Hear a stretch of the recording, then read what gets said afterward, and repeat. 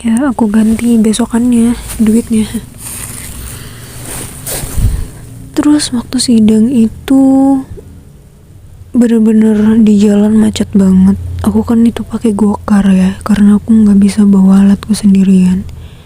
Di situ aku udah pakai seragam sidang, kayak ya biasa aja, hitam, baju putih, rok hitam.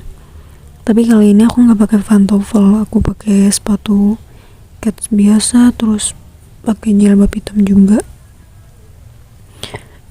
Aku bawa alatnya, aku bawa stop kontak gitu, colokan ya, aku bawa colokan. Terus udah habis itu aku berangkat, aku bawa laptop. Agak terlambat sedikit sih, harusnya kan 30 menit sebelum sidang itu kita harus sudah prepare ya, udah di sana. Tapi karena waktu itu kondisinya hujan dan udah agak redanya tuh jam berapa ya, aku tuh ujian jam 10 atau jam 9 ya, lupa juga aku. Terus sampai atau setengah 9 ya, intinya tuh jam-jam 8-an deh baru reda. Jadinya tuh jalanan macet banget. Aku sampai ngechat gitu kan sama drivernya, "Mas, bisa tolong dipercepat gak sedikit?" "Iya mbak, maaf nih macet banget," gitu. "Aduh saya buru-buru nih." Ya udah, akhirnya pas dia udah nyampe rumah, terus udah tuh kita buru-buru banget. Aku yang buru-buru dipreparein, sampai temen aku telepon nih, "Din, di mana? Kamu udah dicariin nih sama dosen, ditanyain sampah ini terus dari tadi." "Oh iya ya, aku di ruangan sih udah," gituin kan. "Gimana, udah di prepare semuanya?" "Iya ya, ini lagi di preparein, sabar ya, nanti aku samperin kok dosennya," gitu. Terus nggak usah, nanti dosennya aja yang langsung ke ruangan. "Oh ya udah, oke." Udah habis itu, padahal temen aku yang gak sidang, dia udah datang duluan dong. Ya udah, akhirnya aku sidang, ditanya-tanya, terus udah presentasi. Awalnya kan ya presentasi, ngedemoin alat, terus tanya jawab gitu. Udah habis itu selesai 30 menit doang. Padahal waktu itu temen aku pernah 1 jam. Mungkin karena hari Jumat juga kali ya, cepet gitu.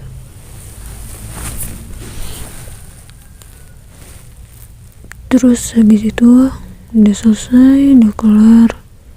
Masih harus ngurus nih. Kalau revisian dari dosennya sih gak ada ya.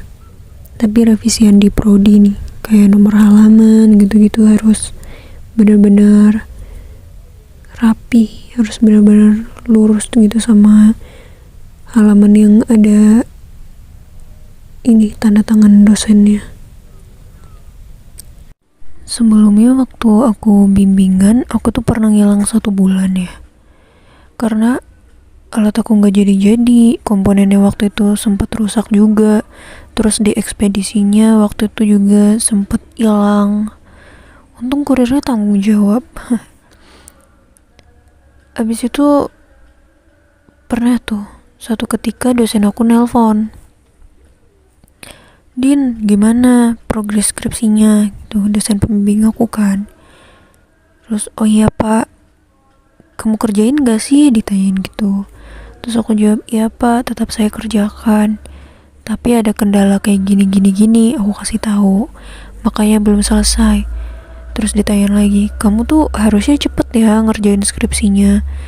Karena target semester ini tuh tanggal sekian." Terus aku bilang kan, "Oh iya pak, saya usahakan. Saya masih tetap ngerjain kok.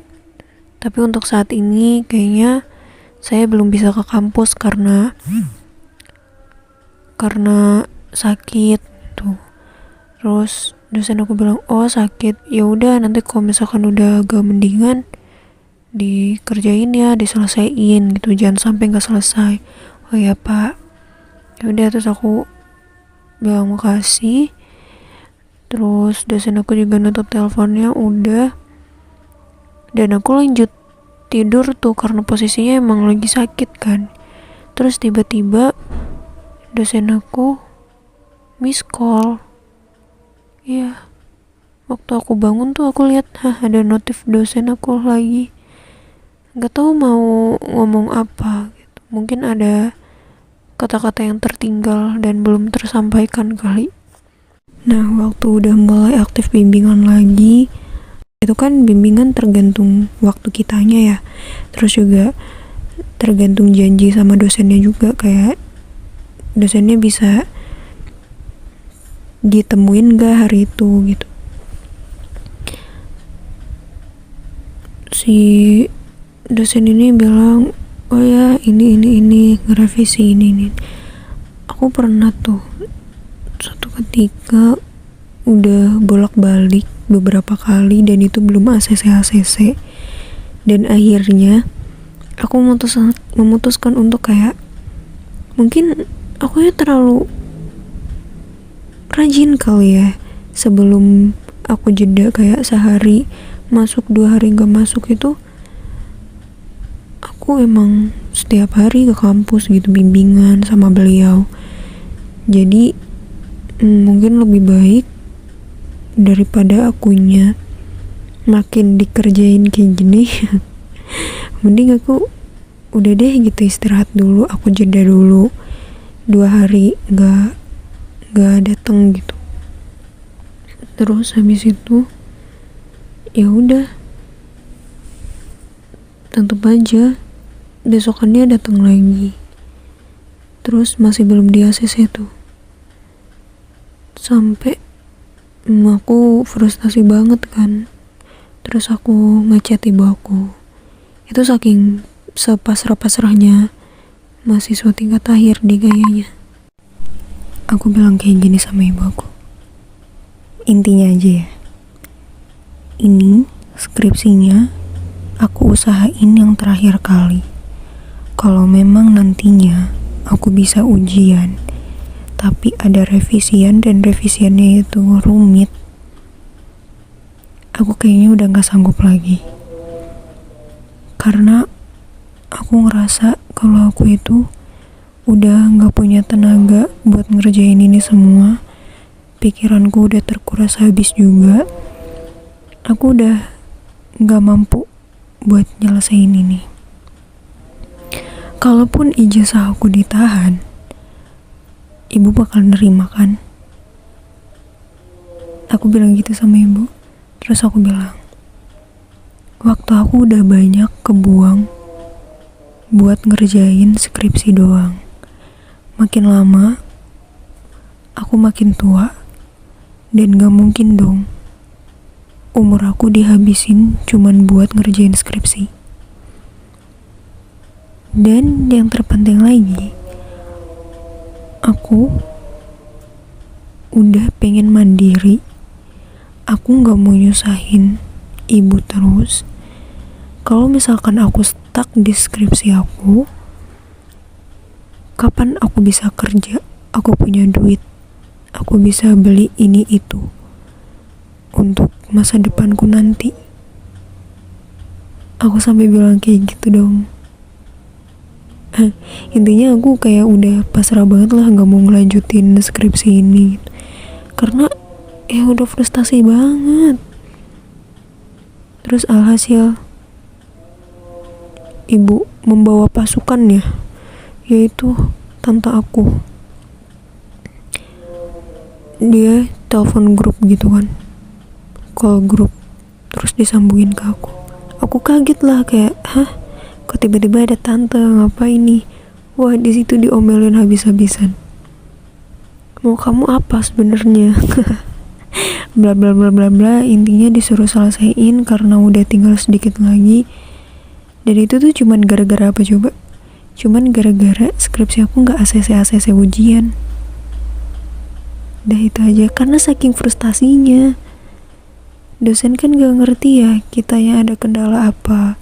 Toh kalau misalkan kita sampaikan, dia juga belum tentu kasih solusi gitu loh. Aku pernah soalnya, jadinya ya udahlah gitu, dipikirin sendiri aja. Dan setelah selesai sidang akhirnya dan ngurus berkas-berkas yudisium selama 1 minggu, udah akhirnya aku pulang ke rumah saudaraku. Terus tiba-tiba aku kena sakit herpes zoster. Soalnya ya gak kepikiran bakal sakit ya, karena gejalanya itu cuman kayak pegel-pegel doang awalnya, pegel terus gatel, udah gitu doang.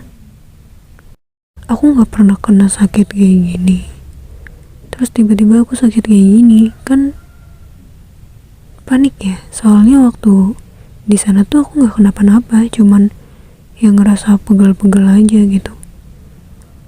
Terus abis itu aku telepon ibu aku kan, kayak kenapa ya kok aku kayak ini nih, kayak cacar air tapi dia bergelombol, terus panas gitu, gatal, pedih lagi kalau kesenggol.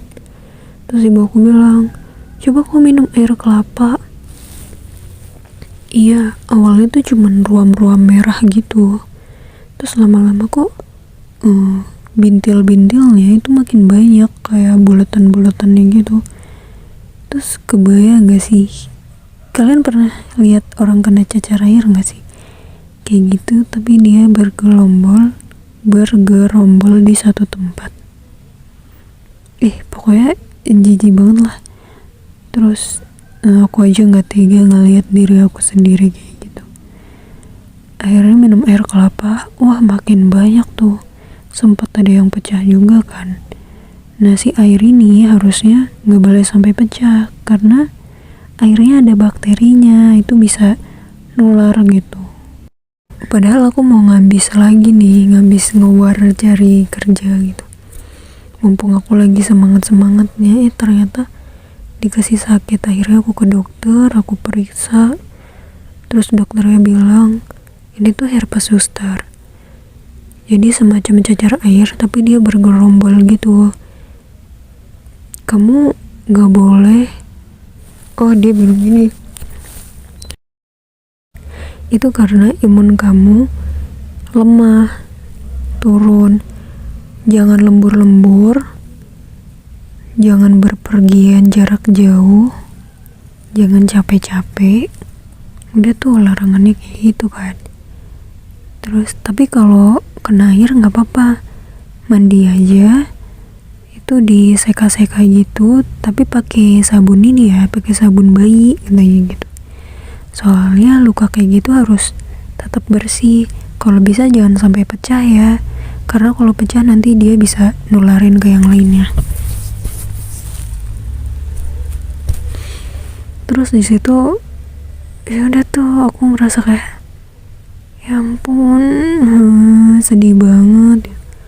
Terus dokter bilang ini ada obat antivirus, diminumnya 5 kali sehari. Ini bukan overdosis ya, tapi ini emang aturan dari dokter gitu. Terus aku yang notabene itu nggak pernah, jarang banget lah minum obat gitu ya, paling kalau meriang ya minum tolak angin doang gitu, udah sembuh. Tiba-tiba suruh minum obat yang kayak gitu, wah frustasi banget sih. Obatnya tuh ada vitamin D, vitamin C sama ZN, terus ada obat nyeri, obat antivirus, sama obat asam lambung. Aneh banget, padahal aku gak sakit lambung, gak ada penyakit mah juga. Akhirnya dari situ aku minum obat selama sekitar hampir 2 minggu, dan aku olesin salep ya dari dokter tuh lukanya, dan sekarang masih berbekas. Aku nggak tahu kapan bisa hilangnya, tapi yang jelas katanya bisa hilang sih. Cuman itu yang bikin aku kayak, oh ya udah, mungkin aku emang harus istirahat karena kemarin terlalu capek, makanku nggak teratur, nggak bergizi, terus juga tidur nggak teratur, nggak pernah olahraga, terus stres banget gitu, terlalu pikiran. Kalau misalkan capek, tetap aku paksain ke kampus karena saking pengen cepat selesainya gitu. Mudah-mudahan kalian sehat selalu ya. Yang lagi ngerjain skripsi, semangat. Jangan lupa tetap makan. Terus juga tidur yang teratur. Minum air putih yang banyak, jangan lupa. Kalau bisa minum minuman ion gitu buat penambah cairan tubuh. Minum vitamin apapun itu ya, biar imun kalian tuh gak turun, kalian gak drop. Tapi sejauh ini yang aku tahu, pejuang skripsi itu pasti ada sakit-sakitnya lah. Dan alhamdulillah sekarang udah terlewati. Doain aja pokoknya cepet hilang.